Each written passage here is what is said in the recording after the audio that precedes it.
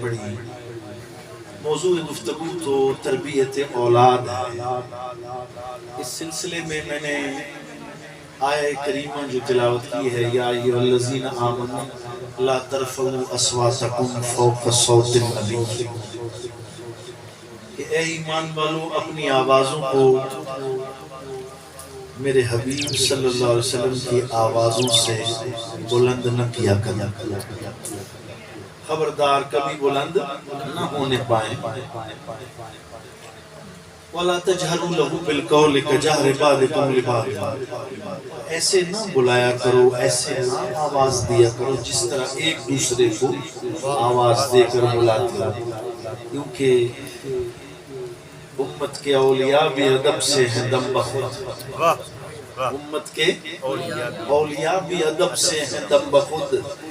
یہ بارگاہ سرور دی ہے سنبھل کے آ، یہ بارگاہ سرور دی ہے سنبھل کے آ، اور سوز و نیاز و عجز کے سانچے میں ڈھل کے آ. یہ کوچہ حبیب ہے پلکوں سے چل کے آ، یہ کوچہ حبیب ہے پلکوں سے چل کے آ. وَلَا تَجْهَرُوا لَهُ بِالْقَوْلِ كَجَهْرِ بَعْضِكُمْ لِبَعْضٍ أَن تَحْبَطَ أَعْمَالُكُمْ وَأَنْتُمْ لَا تَشْعُرُونَ. اگر ایسا کرو گے تو بے خبری میں تمہیں پتہ بھی نہ ہوگا، کہیں ایسا نہ ہو تمہارے اعمال سارے ضائع ہو جائیں. تو تربیت اولاد میں بھی پہلا نقطہ ادب ہے. تربیت اولاد میں بھی پہلا نقطہ ادب. میں سمجھتا ہوں جن لوگوں نے یہ عقیقہ شریف کا یہ پروگرام ہے، اولاد کی تربیت کرنی ہے، وہ شروع کریں ادب سے. سب سے پہلے انہیں اللہ اور اس کے رسول کی بارگاہ کے آداب سکھائے جائیں. یہ شروع ہوتا ہے سلسلہ والدین سے، پھر آگے دین میں جب داخل ہوتا ہے تو جناب رسالت مآب صلی اللہ علیہ وسلم اور اللہ رب العزت کی بارگاہ کا، استاد کا، اپنے سے بڑے کا. حضور صلی اللہ علیہ وسلم کی حدیث پاک ہے، من لم یرحم صغیرنا ولم یوقر کبیرنا فلیس منا. ارشاد فرمایا، جس نے ہمارے چھوٹوں پر میری امت میں سے رحم نہ کیا، اور جو رحم نہیں کرتا، اور جو اپنے سے بڑوں کی توقیر اور تعظیم نہیں کرتا، ارشاد فرمایا وہ ہم میں سے نہیں ہے.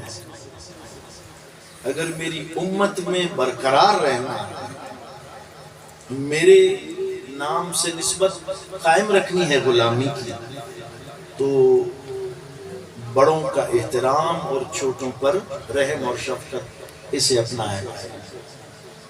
اور سب سے پہلے گفتگو کے آغاز میں شان رسالت کے حوالے سے عشق رسول جو ہماری گھٹی میں ہونا چاہیے، اس کو بھی اولاد کی ہمیں گھٹی میں ڈالنا چاہیے. ایک ایسا بندہ مومن جس کا بیٹا عاشق رسول نہیں، وہ میں نہیں کہتا، علامہ اقبال سے پوچھ لیجئے، کہتے ہیں کہ بجھی عشق کی آگ اندھیر ہے. علامہ کہہ رہے ہیں بجھی، یعنی اولاد کے دل میں عشق رسالت کی شمع روشن کس نے کرنی ہے؟ والدین نے کرنی. وہ کہتے ہیں بجھی عشق کی آگ اندھیر ہے، مسلمان نہیں راکھ کا ڈھیر. پھر مسلمان نہیں راکھ کا، اگر اس کا دل عشق مصطفیٰ اور عشق الہی سے خالی ہے پھر مسلمان نہیں، علامہ کہتے ہیں راکھ کا ڈھیر ہے، جس میں کوئی چنگاری نہیں. قرآن پاک میں اللہ تعالیٰ نے فرمایا، بڑے لطیف نکتہ ہے، توجہ فرمائیے گا، صاحبان عقل و دانش اور علم تشریف فرما ہے. فرمایا خلق الانسان من صلصال کالفخار، کہ اللہ تعالیٰ نے انسان کو کھنکھناتی ہوئی، بجتی ہوئی اور بجنے والی، کھنکھنانے والی مٹی کی طرح، آواز دینے والی مٹی کی طرح پیدا کیا ہے. مفسرین کرام لکھتے ہیں کہ یہ بجنے والی مٹی کیا ہے، یعنی کل فخار ٹھیکری کی طرح، مفسرین نے لکھا ہے ٹھیکری کی طرح، یہ کچی مٹی نہیں ہے، یہ اسے کسی چیز میں پکایا گیا ہے، اسے کسی چیز میں پکایا گیا ہے۔ عناصر اربع ہیں، آگ ہے، ہوا ہے، مٹی ہے، پانی، ان سے چیزیں تشکیل پاتی ہیں۔ انسان کو جب مٹی سے فرمایا اس کو ہم نے وہ ایسی مٹی سے، ایک اور جگہ پر یہ بھی کہہ دیا کہ من تین انا خلقناکم من تین لازب، لازب بن، یعنی ہم نے چپکنے والی مٹی سے تمہیں تخلیق کیا ہے۔ یہ ہے بھی بجنے والی ٹھیکری نما پکی، اور ہے بھی چپکنے والی چیکنی مٹی جس کو کہتے ہیں۔ اور یہ جو چپکنا ہوتا ہے یہ کس میں ہے؟ ہوتا ہے الفت میں، ولی اللہ کے ساتھ چپکنا، عاشقوں کے ساتھ چپکنا۔ چپکنے کا بھی مفہوم سمجھیے نا، تو چپکنے والی تین لازم سے پیدا کیا ہے۔ اب جب حضرت آدم علیہ السلام کا چہرہ انور اور وہ وجود مقدس اللہ تعالیٰ نے اس کو تخلیق کر لیا مٹی سے، اسی تین لازم سے، اس کے بعد پھر اس کو علماء فرماتے ہیں عشق الہی اور عشق رسالت مآب صلی اللہ علیہ وسلم کی بٹی میں اسے پکایا گیا ہے۔ اس کو پکایا گیا، اسی لیے سلسالن کل فخار کا، یہ کچی مٹی نہیں ہے، اسے بنانے کے بعد عشق کی بھٹی میں پکایا گیا۔ اس کی اب میں مثال دینے لگا ہوں، بات اور آپ کے دماغ میں بیٹھ جائے گی۔ کہتے ہیں نا کون کہتا ہے کہ مومن مر گئے، قید سے چھوٹے وہ اپنے گھر گئے، اور کون کہتا ہے کہ موت آئی تو مر جاؤں گا، میں تو دریا ہوں سمندر میں اتر جاؤں گا۔ وہ وہاں بھی کہتے ہیں کہ مومن جو ہے جب مر جاتا ہے تو اس کا کفن بھی میلا نہیں ہوتا، وہ ویسے کہ ویسے جب ری تدفین ہوتی ہے دوبارہ دفنایا جاتا ہے، ری اوپن کیا جاتا ہے، قبر کو حضور کے غلام سلامت نکلتے ہیں، کفن بھی میلے نہیں ہوتے۔ یہ کیوں ہے کہ کچی مٹی سے اگر بنایا ہوتا اور عشق کی بھٹی میں پکایا نہ ہوتا، اور یہ سلسالن کل فخار نہ ہوتی، ٹھیکری کی طرح بجنے والی کھنکھنانے والی نہ ہوتی، عشق کا اس میں دخل نہ ہوتا، تو پھر کچی مٹی آپ سانچے میں کچی اینٹ نکال کے اسے گڑھا کھود کے کہیں دفنائیں، کچھ عرصہ بعد نکالیں تو ملے گی نہیں، وہ اس میں مل جائے گی، چونکہ یہ بھی کچی ہے جس میں دفنایا ہے، وہ بھی کچی ہے، کچی میں ملے گی، عرصہ دراز کے بعد آپ کو ملے گی نہیں۔ پکی اینٹ دفنائیں، پکی اینٹ دفنائیں، سال ہا سال کے بعد وہ گڑھا کھودیں، نشان لگا دیں، پکی جیسی دفنائی تھی ویسی ہی نکال سکتے ہیں، وہ ختم نہیں ہوگی کیونکہ وہ بٹی میں پکی ہوئی ہے۔ اس لیے عشق کی بٹی میں پکے ہوئے حضور کے عشق سے لبریز جب وہ دفنائے بھی جاتے ہیں، سال ہا سال بعد نکالے جاتے ہیں تو پکے نکل آتے ہیں، ویسے کہ ویسے باقی ہوتے ہیں کہ محمد کے غلاموں کا کفن میلا نہیں ہوتا، زمین میلی نہیں ہوتی، زمن میلا۔ تو حاضرین محترم، یہ مثال ہے اس پکی مٹی کی۔ اسی کو صوفیاء نے یوں بھی، یہ صوفیانہ تفسیر بھی ہے، صوفیاء نے یوں بھی سمجھایا ہے کہ اگر آپ چائے بنانی ہو آپ نے تو کتنی چیزوں سے بنتی ہے، یعنی پتی ہے، چینی ہے، پانی ہے، دودھ ہے، 4 چیزیں ہیں، ادھر بھی عناصر اربع ہیں، آگ ہے، ہوا ہے، مٹی ہے، پانی ہے۔ تو کیا عناصر اربع سے تخلیق پا جاتا؟ مٹی اور گارے اور صرف پانی سے تخلیق پا جاتا؟ اگر اسے بھٹی میں جلایا نہ جاتا تو اگر رکھ دیں آپ دودھ، چینی، پانی اور یہ پتی ساری ملا کے رکھے نا آگ پہ تو چائے بنے گی؟ یہ ویسے ہی رہے گا۔ اسے بھی ملا کر آگ پر رکھنا پڑتا ہے تب چائے بنتی ہے۔ اسی طریقے سے عناصر اربعہ میں جب تک عشق شامل نہیں ہوتا اور عشق کی آگ پر اسے پکایا نہیں جاتا تب تک یہ انسان تیار۔ تو یہ تشکیل ہی عشق سے پایا۔ اب میں یہ عرض کر رہا تھا کہ ادب بنیادی چیز ہے جو اولاد کو سکھایا جائے۔ آپ دیکھیں موسیٰ علیہ السلام کے مقابلے میں جو جادوگر فرعون لایا تھا، ان جادوگروں نے کلمہ پڑھ لیا، وہ صاحب ایمان ہو گئے، لیکن مفسرین نے تو کمال باتیں لکھی ہیں۔ میں آپ کو ادب کی بات بتانے لگا۔ علامہ قرطبی علیہ رحمت تفسیر قرطبی میں رقم تراز ہیں، آپ لکھتے ہیں، احادیث روایت کرتے ہیں، تو کہتے ہیں کہ جب وہ آ گئے تو قرآن مجید بھی ہے، قالوا یا موسیٰ اما ان تلقی و اما ان نکون نحن الملقین۔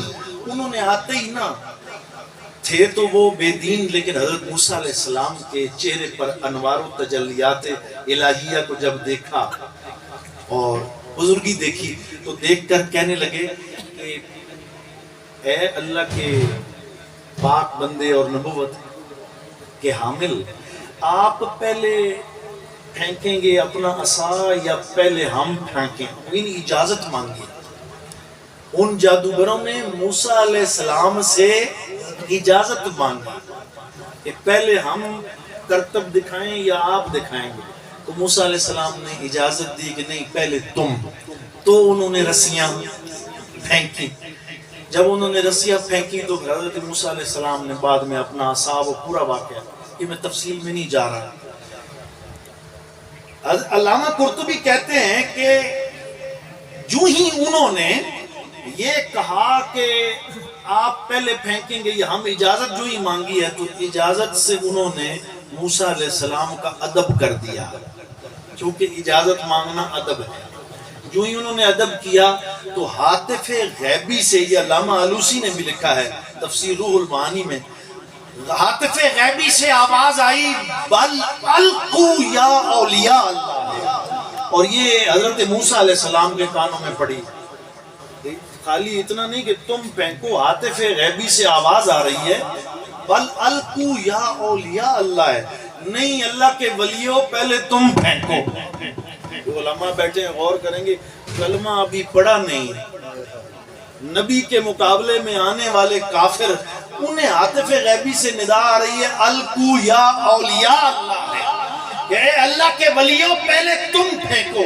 تو موسیٰ اللہ کی بارگاہ میں عرض گزار ہوئے، مالک یہ میرے مقابلے میں کلمہ انہوں نے پڑھا نہیں، یہ فرعون نے لایا ہے، اور آواز آ رہی ہے میرے کانوں میں تیری طرف سے کہ القوا یا اولیاء اللہ ہے۔ تو موسیٰ کو جواب آیا علیہ السلام، انہیں جواب آیا موسیٰ جو ہی انہوں نے اجازت مانگ کے تیرا ادب کیا ہے نا، ہم نے خالی ایمان نہیں دے دیا، ہم نے انہیں ولی اللہ کے مقام پر فائز کر دیا۔ جو ہی وہ شکست کھا گئے تو پھر ایمان ایسے نہیں کلمہ پڑھا جاتا کہ خالی معجزہ دیکھ کے کوئی مسلمان ہو جائے، توفیق خداوندی پہلے ہوتی ہے۔ تو مالک نے توفیق دی اور موسیٰ علیہ السلام کا کلمہ پڑھ کر وہ مسلمان ہوئے۔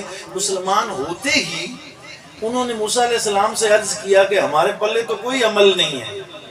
موسیٰ علیہ السلام نے انہیں وہ بشارت سنائی کہ گھبراؤ نہیں، تم اولیاء اللہ بنا دیے گئے ہو۔ تو انہوں نے کہا کہ آپ ہمیں یقین دلائیں کہ یہ تو کہہ رہا میں ابھی مروا دوں گا تمہیں، ابھی ہمیں بس ہماری زندگی کے آخری لمحات ہیں، تو کیا ہم بخشے جائیں گے؟ تو موسیٰ علیہ السلام نے انہیں کہا کہ آسمان کی طرف دیکھو، تمہیں میں یہیں سے تمہارا مقام دکھا دوں۔ تو انہوں نے جب آسمان کی طرف دیکھا، جادوگروں سے حجابات قدرت نے اٹھا دیے اور نگاہ نبوت پڑھنے پر جادوگر وہیں کھڑے ہو کر جنت میں اپنے محلات دیکھ رہے تھے۔ تو فرمایا یقین لے کے جاؤ اور اپنے ٹھکانے دیکھ کر جاؤ، تم نے میرا کلمہ پڑھ لیا ہے، اور کلمہ پڑھتے ہی بغیر کسی نماز روزے کے، بغیر کسی اور عمل کے، خالی ادب، نبی کا ادب کرنے اور اجازت مانگنے پر تمہیں اولیاء اللہ کی صف میں شامل کر دیا۔ تو اس لیے ادب، خاموش ہے دل، بھری محفل میں چلانا نہیں اچھا، ادب پہلا کرینہ ہے محبت کے قریب۔ اسی طریقے سے یہی واقعہ دہرایا گیا ہے، یہ حضرت خواجہ اجمیری رضی اللہ تعالیٰ عنہ کے مقابلے میں جب اجے پال آیا، تاریخ یاد رکھیے گا، یہ پرتھوی راج کا دور حکومت ہے، اجے پال کو وہ لایا، جادوگر تھا حضور خواجہ اجمیری کے مقابلے میں رحمت اللہ تعالیٰ، اور اجے پال نے، بس میں بات ختم کرنے والا ہوں، تھوڑی سی توجہ رکھیے، اجے پال نے بھی یہی کیا۔ حضور خواجہ اجمیری نے حضرت خواجہ قطب الدین بختیار کاکی رحمت اللہ علیہ کو کہا، قطب الدین ایک چھڑی لے کر تم بھی آ جاؤ، میرے ساتھ کھڑے ہو جاؤ، اور ہم دونوں کے گرد ایک دائرہ لگا دو۔ چھڑی کے دائرہ، اور دائرہ فرمایا آیت الکرسی شریف پڑھ کے لگانا۔ تو حضرت خواجہ قطب الدین بختیار کاکی نے آیت الکرسی پڑھ کے وہ دائرہ لگا دیا۔ اجے پال پہلے آگ کے شعلے لایا، پھر وہ تیز ہوا لایا، جادو کے ذریعے بہت ساری چیزیں کرتب لایا، جو بھی وہ چیز آتی تھی اس آیت الکرسی والے دائرے سے ٹکرا کے ختم ہو جاتی ہے، اور آپ اندر بیٹھے۔ لیکن اس نے بھی یہی کیا تھا، اگر آپ تاریخ اٹھائیں کہ وہ بھی پہلے حضور خواجہ اجمیری کا پر انوار چہرہ دیکھ کر آیا، ادب سے آ کر کہا یا خواجہ پہلے میں اپنے کرتب دکھاؤں یا آپ دکھائیں گے؟ اس نے بھی یہی کام کیا موسیٰ علیہ السلام کے جادوگروں والا، اور ادب کرنے پر اجے پال بھی، یاد رکھیے گا وہ جو جے پال ہے یہ بھی مسلمان ہوا، اور مسلمان نہیں ہوا، آپ نے اس کا نام پھر ایک تو یہ بھی یعنی اولیاء اللہ کی صف میں شامل ہوا ہے، اور نام آپ نے رکھا تھا عبداللہ بیابانی، اور ولی اللہ وہ اس درجے کا ہے کہ آج بھی اگر کوئی زائر اس علاقے میں رستہ بھول جائے اجمیر کا، اور وہ کہہ دے کہ یا عبداللہ بیابانی میری مدد کریں اور رہنمائی کریں کہ مجھے رستہ مل جائے، تو وہاں کے لوگ کہتے ہیں کہ آج بھی عبداللہ بیابانی کسی نہ کسی صورت میں آ کر رستہ جو ہے وہ راہگیر کو سمجھا کر رستے پر لگا کر جاتا ہے۔ تو یہ واقعہ پھر حضور خواجہ اجمیری کے دور میں دہرایا گیا۔ میرا عرض کرنے کا مقصد یہ تھا کہ اولاد کو ادب سب سے پہلے سکھایا جائے، استاد کا، والدین کا، اور دینی جو آداب ہے۔ اور پھر ڈاکٹر عبدہ یمانی جو ہیں انہوں نے کتاب لکھی ہے علموا اولادکم محبت رسول اللہ صلی اللہ علیہ وسلم، کے اپنی آپ یوں کہہ لیجئے اولاد کو سکھاؤ محبت حضور کی۔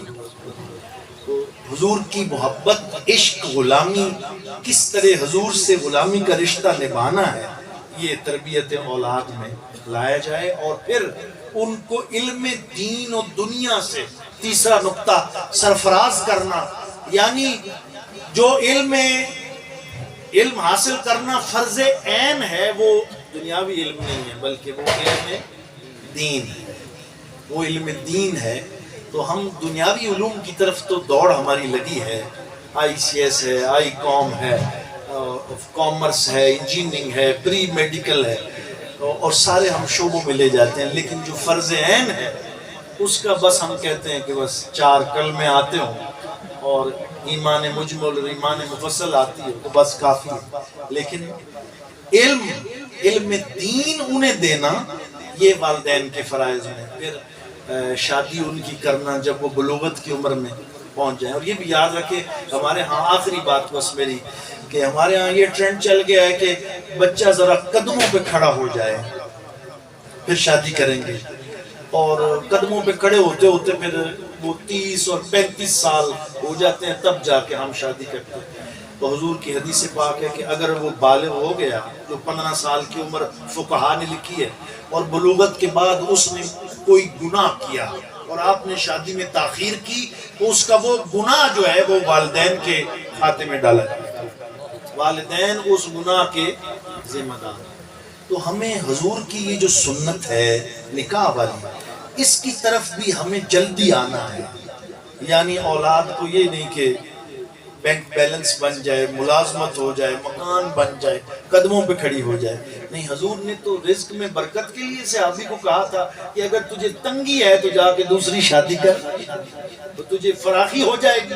ہم پتہ نہیں کس طرف چل رہے ہیں، اور ہم کہتے ہیں پہلے فراخی ہو جائے پھر شادی کریں گے، اور ہم وہ فراخی رزق کے سامان میں لگے رہتے ہیں۔ تو یہ ساری چیزیں تربیت اولاد میں آتی ہیں۔ میں اس دعا کے ساتھ کہ عشق سرکار کی ایک شمع جلا لو دل میں، بعد مرنے کے لحد میں بھی اجالا ہوگا۔ وما علینا۔